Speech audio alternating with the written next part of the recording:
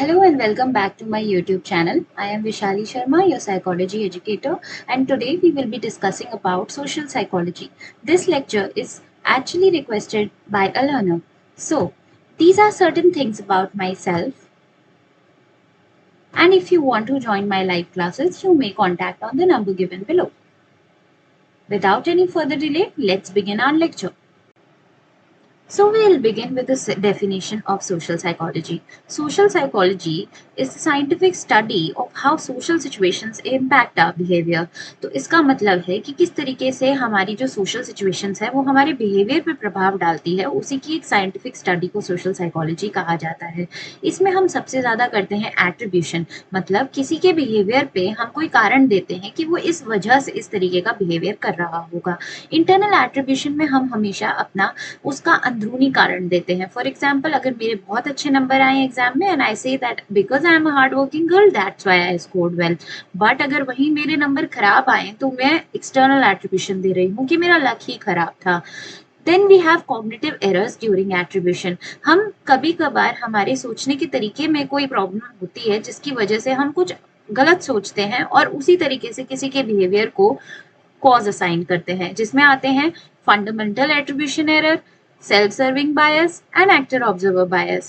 So for our own behavior हम क्या करते हैं, self-serving bias. इसमें क्या होता है, गुड इवेंट्स के लिए मैं कहूंगी कि मैंने अच्छे से पढ़ाई की थी ना इसलिए अच्छे नंबर आए, बट बैड इवेंट्स के लिए मैं कहूंगी कि नहीं यार मेरा लक खराब था इसलिए शायद मुझे इस बार ये वाला प्राइज नहीं मिला।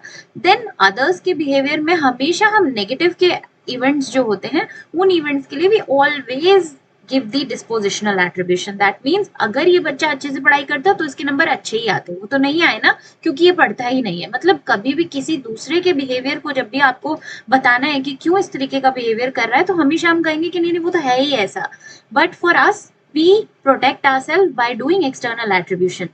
Then we have observer bias, actor observer bias. Okay, so in this when we are an actor, मतलब जब हमारे ऊपर बात आती है तो हम कहते हैं नहीं नहीं नहीं bad luck we had a bad luck. But जब किसी और पे बात आती है कि यार इसका भी तो एग्जाम नहीं आया अच्छा नंबर, तो फिर हम कहते हैं अरे we are a observer here, so we will say नहीं नहीं ये तो है ही ऐसा, बहाना बना रहा होगा। Then comes self fulfilling prophecy. Self fulfilling prophecy क्या होती है कि हम प्रिडिक्शन बनाते हैं अपनी ही एक्सपेक्टेशंस के द्वारा किसी के बिहेवियर का। दैट मीन्स अगर टीचर प्रिडिक्ट करे कि हाँ बेटा आप स्मार्ट हो आप कर सकते हो, तो हमारा जो भी इनर मोटिवेशन होगा वो राइज होगा और हम कोशिश करेंगे कि हम टीचर की एक्सपेक्टेशंस पे खरे उतरे। इसमें आता है प्लिगमैनियन इफेक्ट एंड रोजेंथल इफेक्ट जो कि पॉजिटिव इफेक्ट्स है, बट इसी तरफ नेगेटिव इफेक्ट भी आता है, जैसे कि एक मैथ्स टीचर जो हमेशा सिर्फ यही कहता रहे कि नहीं नहीं ये तो नहीं कर पाएगी ये तो नहीं कर पाएगी, तो वो बच्ची अगर करना भी चाहे तो वो करना छोड़ देती है ये सोच के कि यार शायद मुझसे होगा ही नहीं, टीचर ही तो कहती है कि मैं नहीं कर पाऊंगी। Then comes covariation, Kelley's covariation model. इसमें भी हम एट्रीब्यूशन को ही समझते हैं। हम समझते हैं कि जब भी हमें एट्रीब्यूशन करना है कि किसी के बिहेवियर के बारे में बताना है कि क्यों वो ऐसा सोच रहा है या क्यों वो ऐसा बिहेव कर रहा है, तो हम 3 पॉइंट्स देखते हैं, consensus, consistency and distinctiveness. Consensus में हम क्या देखते हैं कि वो जो भैया हैं वो बाकी के लोगों के जैसा सेम बिहेव कर रहे हैं कि नहीं। देन कंसिस्टेंसी की सभी लोग उस जगह पे उस तरीके से कंसिस्टेंटली बिहेव कर रहे हैं कि उसी स्टिमुलस पे पर्टिकुलरली कंसिस्टेंटली बिहेव कर रहे हैं कि नहीं। एंड डिस्टिंक्टिवनेस कि हाँ ठीक है कपिल शर्मा शो पे तो हंस रहे हैं लेकिन हॉरर मूवी से डर रहे हैं, तो डिस्टिंक्टिव बिहेव कर रहे हैं कि नहीं। अब इसमें भी हमें इंटरनल एंड एक्सटर्नल एट्रीब्यूट करना होगा किसी ना किसी चीज को, तो हम कैसे करेंगे। तो अगर हमें एक्सटर्नल एट्रीब्यूशन देखना है हॉरर मूवी का, तो उस हॉरर मूवी में हम देखेंगे कि क्या सभी लोग डर रहे हैं, क्या सभी लोग कंसिस्टेंटली डर रहे हैं, क्या सभी सिर्फ इस पर्टिकुलर कॉन्जरिंग से ही डर रहे हैं और कपिल शर्मा शो से नहीं डरते हैं, तो हम कहेंगे कि हाँ भैया मूवी डरावनी है इसलिए सब डर रहे हैं। बट अगर हमें किसी की बात का इंटरनल एट्रीब्यूशन करना है, इंटरनल एट्रीब्यूशन में हम कहेंगे कि लो कंसेंसस हो, जैसे कि let's say a girl Rita is very sad, so even if you play Kapil Sharma show उसके आगे then also she is not laughing, तो ये तो लो कंसेंसस हुआ है क्योंकि बाकी सब फैमिली मेंबर्स हंस रहे हैं लेकिन Rita is not smiling. Then high consistency, वो कभी भी स्माइल करती ही नहीं है, कंसिस्टेंटली इसी बिहेवियर को शो करती है। एंड देन डिस्टिंक्टिवनेस, कि हम बोल सकते हैं कि उसका जो डिस्टिंक्टिवनेस है वो किसी भी हॉरर मूवी में, कपिल शर्मा शो में या फिर बाबी मूवी में कुछ भी डिफरेंस नहीं आता, वो इसी तरीके से रहती है। तो जब कंसेंसस बाकी लोगों के साथ सेम बिहेव नहीं कर रही, हमेशा एक जैसा ही बिहेव करती है और हर सिचुएशन में कोई डिस्टिंक्टिवनेस नहीं दिखा रही, तो हम कहेंगे कि इंटरनल एट्रीब्यूशन। ठीक है, then we come to attitude. अब एटीट्यूड है, उस लड़के में एटीट्यूड है, इस लड़की में एटीट्यूड है, इन भैया में एटीट्यूड है, इन दीदी में एटीट्यूड है, बट एटीट्यूड है क्या? एटीट्यूड में हम देखते हैं कि likes and dislikes towards a particular object. अब लाइक और डिसलाइक सिर्फ एक ऑब्जेक्ट की तरफ ही हम एटीट्यूड कहते हैं। इसके 3 कंपोनेंट्स हैं, affective component, behavioural component and cognitive component. Affective component में आते हैं इमोशंस, जिसमें हम देखते हैं कि हमारा emotion towards that particular object क्या है। देन बिहेवियरल कंपोनेंट में आते हैं हमारा बिहेवियर उस ऑब्जेक्ट के प्रति, कि हाँ ठीक है, हमें प्लांट्स लगाना बहुत पसंद है, मेरा फेवरेट है प्लांट लगाना, एंड देन मैं जाके प्लांट्स लगाती भी हूँ और मेरा बिलीफ है कि जितना प्लांट्स लगेंगे उतना ज्यादा ही हमारे एनवायरमेंट को क्या होगा, बेनिफिट होगा। तो मेरा कॉग्निटिव कंपोनेंट भी उसकी तरफ पॉजिटिव है। हम कभी कभार कहते हैं कि जैसा मेरा एटीट्यूड है वैसा ही तो बिहेव करूंगी, लेकिन डेरिल बैम ने बताया कि सेल्फ परसेप्शन थियोरी में हमारा कभी कभार हमारा बिहेवियर भी डिटरमाइन करता है हमारा attitude. For example, most of the vegetarians have a negative attitude towards non vegetarians, but उसके बारे में हमें कैसे पता चलता है? क्योंकि अगर वो कंसिस्टेंटली बिल्कुल डिस्गस्ट का फीलिंग ही दिखाते हैं जैसे ही वो नॉनवेज को देखते हैं, तो वो एटीट्यूड फॉर्म भी कर लेते हैं उस बिहेवियर को दिखाते दिखाते।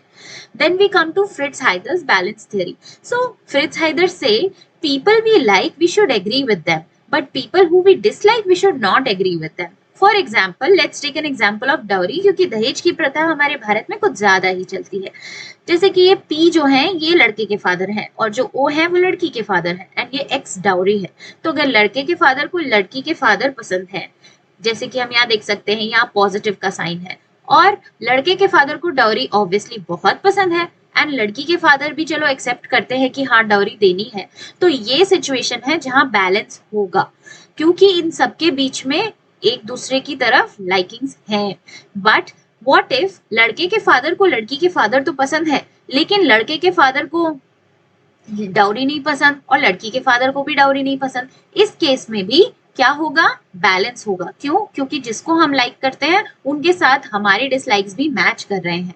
अब एक और सिचुएशन हो सकती है कि ना लड़की के फादर को लड़की के फादर पसंद है, ना ही लड़की के फादर को डाउरी पसंद है, बट लड़के के फादर को डाउरी पसंद है। इस केस में भी बैलेंस है। क्यों? क्योंकि हाँ ठीक है, हम शादी नहीं करेंगे।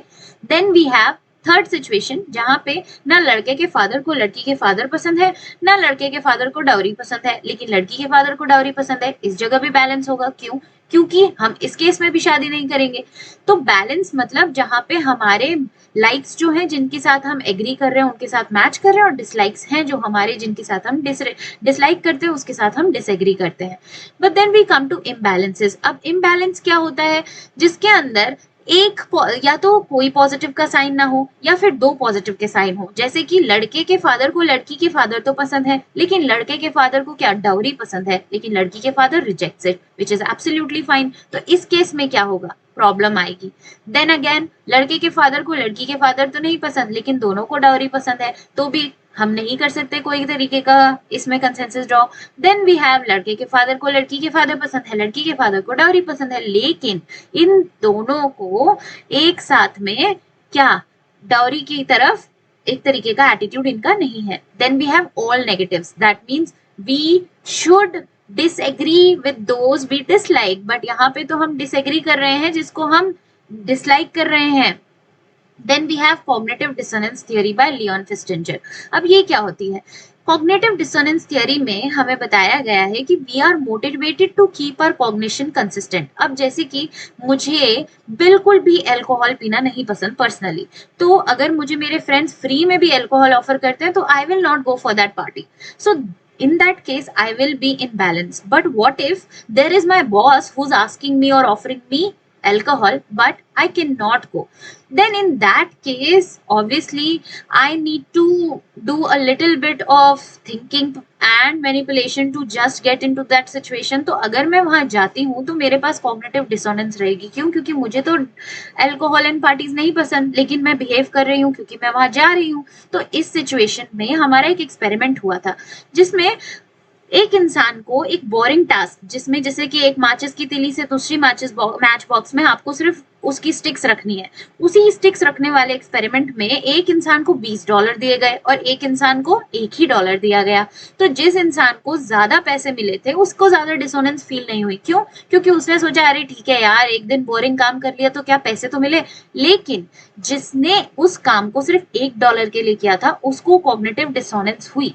इसी वजह से उसने अपना एटीट्यूड टुवर्ड्स दैट जो टास्क था उसको बदल लिया. तो जो ये $20 वाला इंसान था, इसने कहा कि टास्क बोरिंग था, वो तो मैंने पैसे के लिए किया. लेकिन ये जो $1 वाला आदमी था, इसने कहा टास्क ही इंटरेस्टिंग था इसीलिए मैंने किया. जैसे हम कई सिचुएशंस में इस तरीके का थॉट प्रोसेस यूज करते हैं. इसी को कहते हैं हमारा प्रिंसिपल ऑफ मिनिमल जस्टिफिकेशन. इसमें जब हमारे पास में जस्टिफाई करने के लिए ज्यादा अपने पास में होता नहीं है, मतलब हमारे पास पॉइंट्स नहीं होते कि यार मैंने ऐसा क्यों किया, तो हम सोचते हैं अरे अरे नहीं, वो तो बॉस की पार्टी थी, जाना बहुत ही ज्यादा जरूरी था, नहीं जाती तो शायद मेरी जॉब ही चली जाती. तो इसी वजह से लार्ज रिवॉर्ड ज्यादातर एटीट्यूड चेंज नहीं लेके आते, लेकिन स्मॉल रिवॉर्ड सबसे ज्यादा एटीट्यूड चेंज लेके आते हैं. देन डिसोनेंस बदलने के लिए, अब अगर मुझे डिसोनेंस नहीं रखनी अपने बिहेवियर में, तो मैं या तो अपना एटीट्यूड बदल दूं कि ठीक है मुझे अल्कोहल पसंद है अब से, और मैं अपना बिहेवियर बदल दूं, मेरे को नहीं जाना उस पार्टी में तो मैं ना जाऊं, या फिर मैं उस बात को ट्रिविलाइज कर दूं जो हम जनरली करते हैं, अरे यार छोड़ो ना, इतना ज्यादा क्या सोचना है इसके बारे में. तो इसी तरीके से हम अपने जो दिमाग में वो टेंशन क्रिएट होता है ना, डिसोनेंस, उसको कम कर लेते हैं. देन वी हैव पेटी एंड कैपिशियो की इलेबोरेशन लाइक्लीहुड मॉडल. अब ये इलेबोरेशन लाइक्लीहुड मॉडल जो है वो हमें ये बताता है कि किस तरीके से हम जो अपनी हम परसुएड होते हैं. जैसे कि कोई अगर हमारे पास में आता है, जैसे फॉर एग्जाम्पल सेल्स पर्सन आ रहा है किसको बेचने के लिए, एक डिक्शनरी को बेचने के लिए. अब मैं 8th क्लास का स्टूडेंट हूँ, तो मुझे अगर डिक्शनरी चाहिए क्योंकि मेरे प्रोजेक्ट्स के लिए मुझे एक अच्छी इंग्लिश लैंग्वेज में बिल्कुल अच्छा होना जरूरी है, तो मैं उस डिक्शनरी में कितने वर्ड्स हैं, उस डिक्शनरी में कितने ज्यादा क्या कहते हैं, कितनी ज्यादा लैंग्वेज के हमारे पास में एडजेक्टिव्स मिल जाएंगे, उन सब पे ध्यान दूंगी. लेकिन अगर मुझे ज्यादा फर्क नहीं पड़ता उस डिक्शनरी से, तो मैं क्या करूंगी कि कौन बेच रहा है, किस तरीके से बोल रहा है, उसने किस तरीके के कपड़े पहने हैं, उन पे ध्यान दूंगी. तो इसी को कहा है कि हम लोग क्या करते हैं, या तो सेंट्रल राउट से परसुएड होते हैं या फिर हम पेरिफेरल राउट से परसुएड होते हैं. सेंट्रल राउट से जब हम होते हैं तो सेंट्रल रूट में हम क्या करते हैं, अपना बिलीफ और एटीट्यूड को चेंज करते हैं, लेकिन पेरिफेरल राउट में ऐसा नहीं होता. Then we come to the topic social influence. अब सोशल इन्फ्लुएंस क्या है, कि कोई हमें इन्फ्लुएंस कर सकता है. हाँ जी बिल्कुल, आपको कोई भी इन्फ्लुएंस कर सकता है. तो आप भी जान लीजिए ये तरीके, ताकि आप ज्यादा जल्दी से इतना अच्छे से किसी के द्वारा इन्फ्लुएंस ना हो. तो हमारा कुछ एटीट्यूड चेंज की एक थ्योरी रह गई थी जिसके बारे में हम बात करेंगे, मेयर एक्सपोजर इफेक्ट. कभी भी आप देखना कि हमें लगता है कि हमारा एटीट्यूड सिर्फ और सिर्फ फेमिलियर ऑब्जेक्ट्स ही चेंज कर सकते हैं, लेकिन कभी कभार जिस चीज के बारे में हम कॉन्शियसली सोच भी नहीं हो रहे होते हैं, उससे भी हमारा एटीट्यूड चेंज हो जाता है. इसमें एक स्टडी भी हुई थी कि हमारे एक मूवी थिएटर में 1 सेकंड के लिए बार बार पॉपकॉर्न दिखाया गया, लेकिन उसको लोगों ने रजिस्टर नहीं किया कॉन्शियसली, बट बाहर जाने के बाद देखा तो पॉपकॉर्न की सेल्स बहुत बढ़ चुकी थी. तो इसका मतलब था कि उन्होंने अनकॉन्शियसली अपना एटीट्यूड चेंज किया था, और इसी को हम सबलिमिनल परसेप्शन भी कहते हैं, कि अगर हम बिल्कुल अनकॉन्शियसली भी किसी चीज को प्रोसेस कर लेते हैं तो कभी कभार हमारा एटीट्यूड टुवर्ड्स इट चेंज हो जाता है. Then we have social comparison theory. अब हमें कभी कभार क्या होता है ना कि अरे यार मेरे दोस्त की इंटर्नशिप लग गई, मेरी क्यों नहीं लगी, अरे मेरे दोस्त की जॉब लग गई, मेरी क्यों नहीं लगी. तो हम कंपेयर करते हैं. अब यह हम कंपैरिजन हमेशा इन ग्रुप में करते हैं, ये हमेशा ध्यान रखिएगा कि हमारा कंपैरिजन जनरली हमारे बेस्ट फ्रेंड से ही होता है. तो अब अगर हम अपवर्ड कंपैरिजन करें, जिसमें हम ये कहें कि यार इसकी तो मेरे से अच्छी जॉब लगी है, तो हमारी जो सेल्फ इंप्रूवमेंट मोटिवेशन होगी ना, वो ज्यादातर एनवी में और जेलसी में भी हो सकती है. मतलब या तो हम सोचे कि अच्छी जॉब लगी है, चलो मैं भी अपनी जॉब अच्छी करता हूँ या करती हूँ, लेकिन हो सकता है हमें उससे जेलसी हो या एनवी हो, तो हम डिसअपॉइंटेड फील करेंगे. लेकिन अगर मैं सोचूं कि यार कोई बात नहीं, उसका गूगल में लगा है ना, मैं भी मेहनत करूंगी, मेरा भी लग जाएगा, तो वो सेल्फ इंप्रूवमेंट की तरफ जा सकता है। लेकिन हम डाउनवर्ड कंपैरिजन करें तो हमें हमेशा सेल्फ एस्टीम हाई फील करेंगे कि अरे उसकी तो लगी नहीं, मेरी कम से कम कहीं तो लगी, तो उसमें हम अपना फेलियर हमेशा अवॉइड करने की कोशिश करते हैं। Then we have social impact theory. ये लैटने और वॉल्फ ने बहुत ही अच्छी थ्योरी दी थी। इसमें उन्होंने कहा कि कभी कभार मेजोरिटी भी हमारा बिहेवियर इन्फ्लुएंस करने की कोशिश करती है। अब ये तो आपने हमेशा अपने लाइफ में भी एक्सपीरियंस किया होगा कि कभी कभार क्या होता है कि सीनियर्स बुला लेते हैं कि आओ भैया पार्टी में आओ, लेकिन पार्टी में जाने के बाद आपको रियलाइज होता है कि ओ नो, ये तो ऐसी पार्टी में मैं आ गया जहाँ सब ड्रिंक स्मोक सब कुछ कर रहे हैं, लेकिन मैं तो इन चीजों में नहीं इंटरेस्टेड हूँ। तो वहां हम किस चीज से इन्फ्लुएंस होंगे? उनकी स्ट्रेंथ से, कि उनका पावर और सोशल स्टेटस क्या है। अगर वो बस ऐसे ही आपके कोई सीनियर है जिन्हें आपसे कोई मतलब नहीं है तो आप उस पार्टी को लीव करेंगे, लेकिन अगर वो आपकी सोसाइटी के हेड्स है तो आपको उस पार्टी में रहना पड़ेगा। देन इमीडिएसी, कि उनकी फिजिकल और साइकोलॉजिकल प्रेजेंस है कि नहीं। अब उन्होंने अगर ये कहा कि आप पार्टी में आ जाना और वो खुद नहीं आए तो आप वहां से भाग सकते हैं, लेकिन अगर वो भी वहां है तो आपको वहां रहना पड़ेगा। And then number of people in the group, अगर नंबर उनका ज्यादा है, अगर एक दो है तो फिर भी आप मना लेंगे कि sir please please try to understand, I can not resist, I can not stay in this party, ऐसे करके हम बोल देंगे। लेकिन अगर वो पार्टी में नंबर में वो आए हैं 10-15 की तादाद में तो हम वहां ज्यादा बोल भी नहीं पाएंगे। तो ज्यादातर हमारी जो मेजोरिटी है वो ट्राई करती है इन्फ्लुएंस करना माइनॉरिटी को। Then we come to types of social influence. 3 तरीके की टाइप्स ऑफ सोशल इन्फ्लुएंस है। ओके, सबसे पहले है कंप्लायंस। कंप्लायंस क्या होता है? जब हमें कोई रिक्वेस्ट करे तो हम उसके लिए ठीक है कर देते हैं, चलो कोई बात नहीं। देन कंफर्मिटी, जब हमारे पे सोशल प्रेशर होता है, वही पार्टी में जाने वाला प्रेशर। देन ओबीडियंस, जब हमें कोई हमारी अथॉरिटी बोलती है और हम उनको फॉलो करते हैं। तो कंप्लायंस सबसे वीक है। क्यों? क्योंकि अगर आपने मुझे रिक्वेस्ट किया कि please ma'am make a social psychology lecture, then I might say no, because why am I supposed to make it if I don't want to? But on the other hand, if I have a social pressure, like too many of my seniors are asking me to make it, then I might have to make it. And then obedience, if my teacher asks me to make a social psychology lecture, then that is the strongest, I have to do it. ठीक है, इसी तरीके से हम देखते हैं कि इनका lowest to highest social pressure होता है। कंप्लायंस का सबसे कम, क्योंकि किसी ने रिक्वेस्ट की है, आपको बात माननी है तो माने, नहीं माननी है तो ना माने। कंफर्मिटी, कि आपको एक कंफर्म करना है एक सोशल प्रेशर को कि सब बना रहे हैं तो मुझे भी बनाना पड़ेगा। एंड ओबीडियंस, जिसके अंदर हमारे ऊपर सबसे ज्यादा स्ट्रॉन्ग प्रेशर होता है। देन इंटेंस इंडोक्ट्रिनाइजेशन, इसमें क्या होता है, हमने बहुत बार देखा है कि टेररिस्ट अटैक्स में कितने सारे छोटे बच्चे भी इन्वॉल्व होते हैं जब वो लोग टेररिस्ट बन चुके होते हैं। ये होती है ब्रेन वॉशिंग, जब उनको बचपन से ही ये सिखाया जाता है कि हाँ आपको जाके बहुत तेज लोगों को मार देना है, खुद के मुल्क के लिए खुद को मर जाना है, यही हमारा धर्म है, ये है वो है। तो वो पूरी तरीके से ब्रेन वॉशिंग को कहते हैं इंटेंस इंडोक्ट्रिनाइजेशन। इसे सोशल इन्फ्लुएंस का पार्ट नहीं, एक बहुत ही बड़ा चेंज इन पर्सनैलिटी करने का एक तरीका आप मान सकते हैं। तो हम सबसे पहले आते हैं कंप्लायंस पे। ये मेरा फेवरेट टॉपिक है।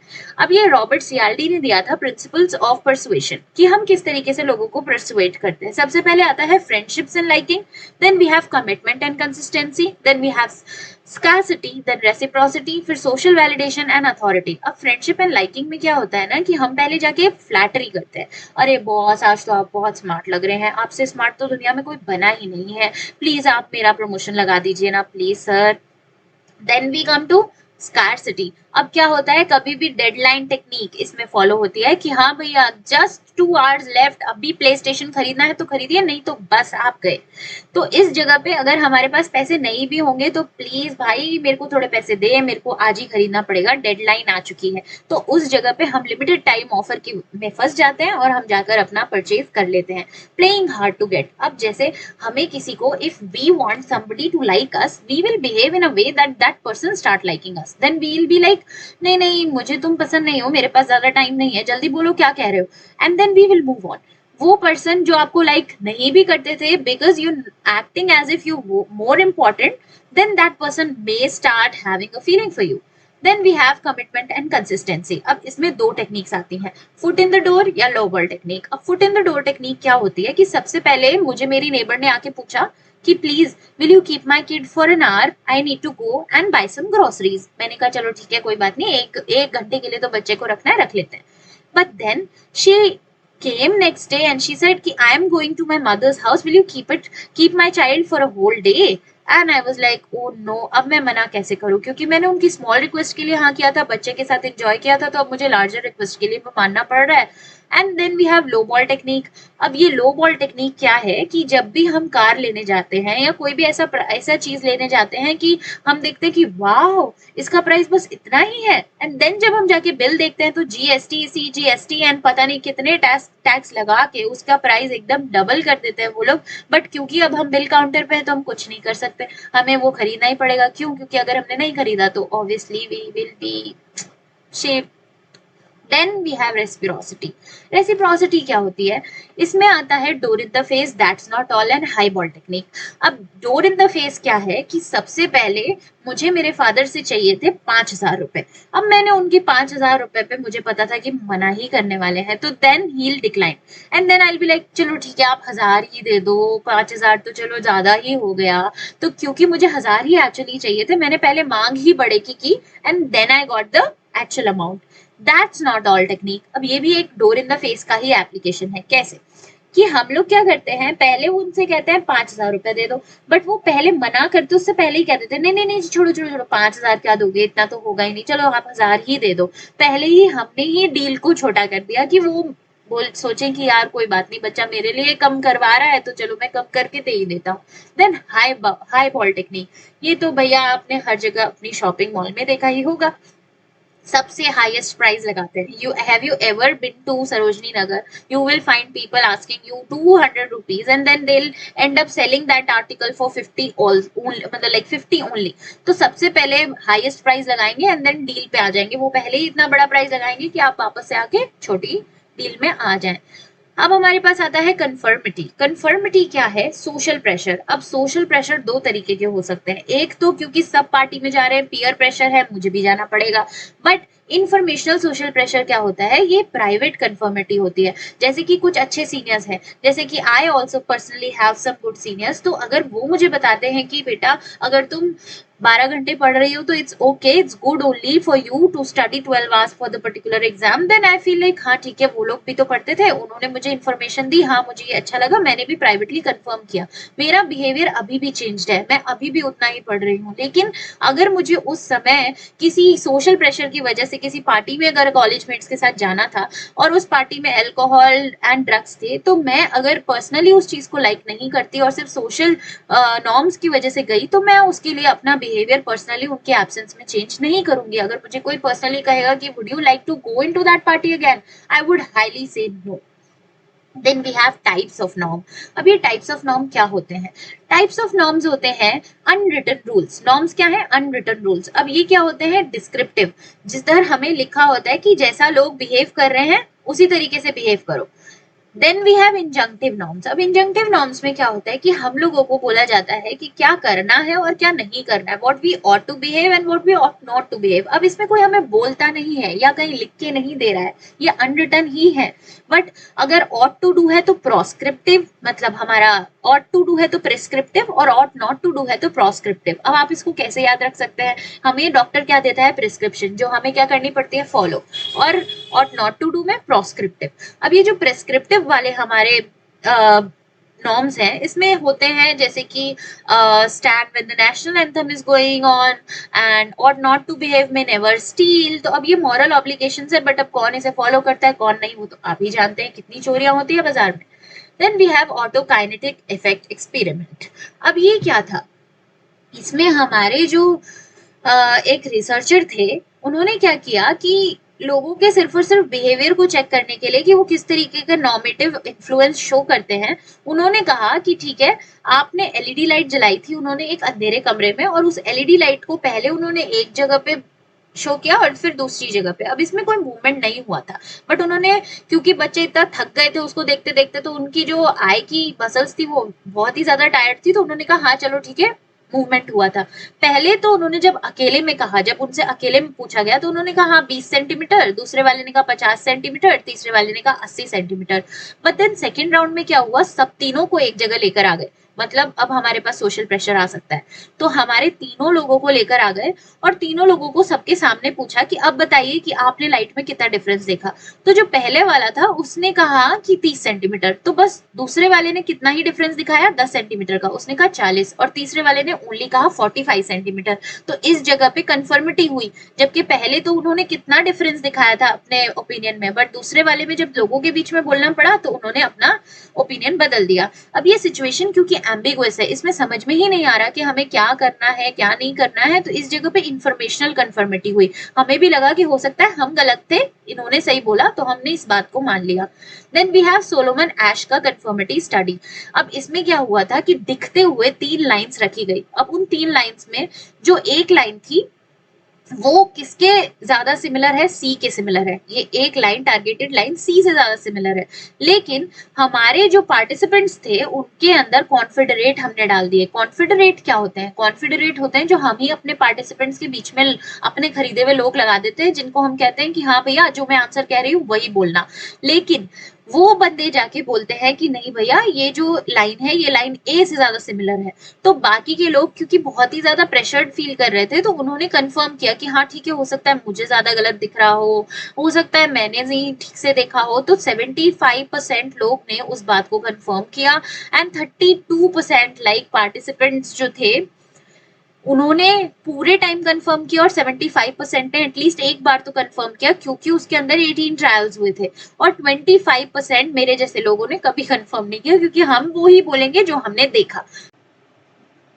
With that, we are done with our first lecture of social psychology. If you like, please share and subscribe and follow for more.